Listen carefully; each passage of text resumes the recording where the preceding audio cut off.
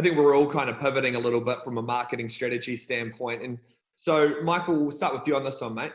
How are you adapting the marketing activities to suit the conditions? Well, that's kind of a bit twofold. So one is more so the introduction of marketing tools, and the other is paying a little bit more attention to budgets.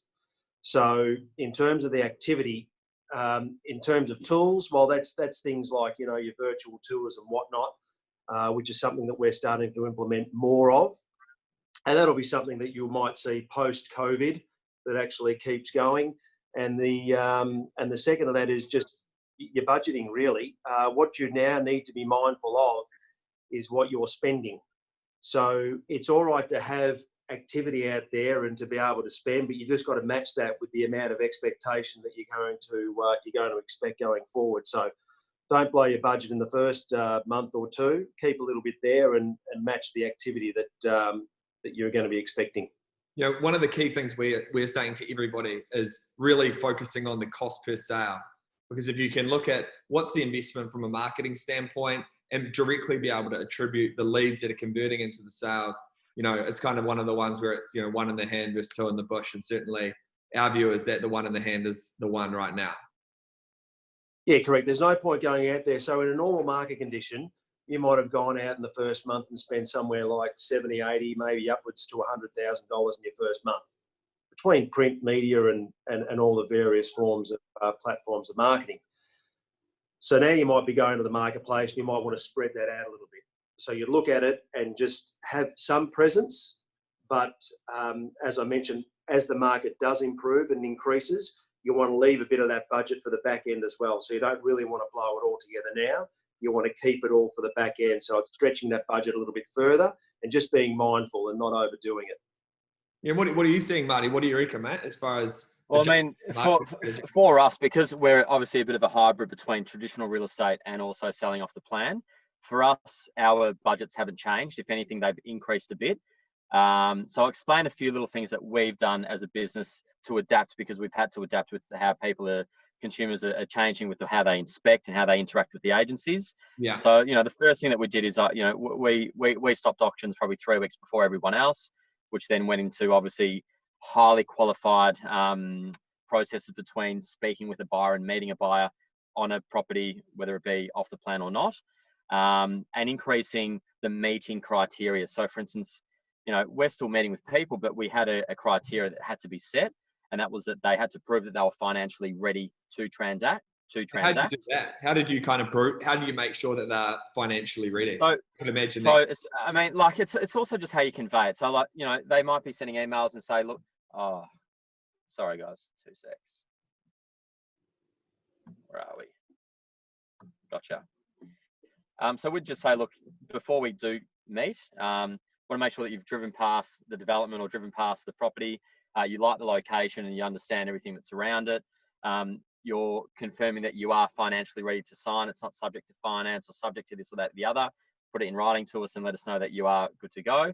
And if we have filmed a video on that development or filmed a room by room tour on that property, make sure that you've seen it or you understand it and you do like what you see, because from there, once you've confirmed that, we will come and meet with you. And instead of meeting them at the display or in the office, we're actually going to their homes with all the collateral that we need to try and put a deal together and give them as much information as possible. It's actually been a good thing because you do weed out a lot of the time wasters. So that's been a really refreshing part of this whole market sort of interruptance, is that you're dealing with people that almost need to transact. They don't want to. And it's been enjoyable.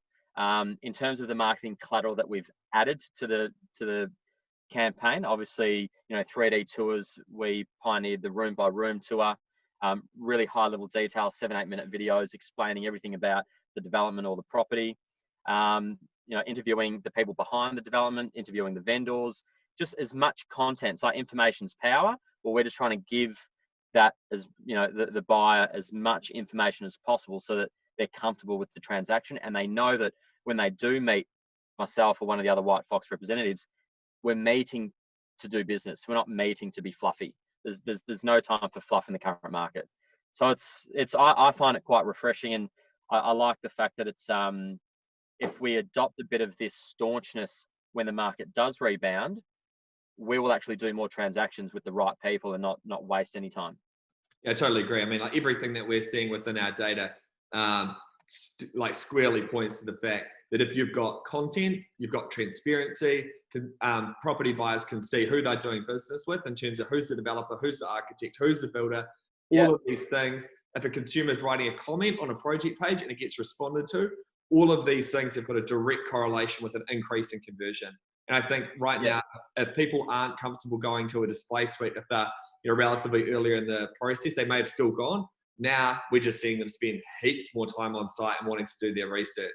And then if you back that up with actually going, last week we're on St Kilda Road, we've got all this collateral, all this information, all those conversations had been had over the phone, and we're in their lounge room trying to pretty much piece together the deal. So it's you're setting yourself up for success, 4 steps earlier than what it was 2 months ago.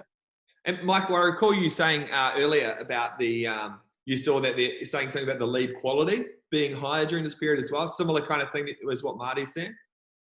Yeah, correct. And that's, and as Marty said, now's the time. It's not us as agents. We're not out there interrogating them. It's just that now what you're finding is this isn't the market for, for us to be taking people through to be doing their research and to be browsing.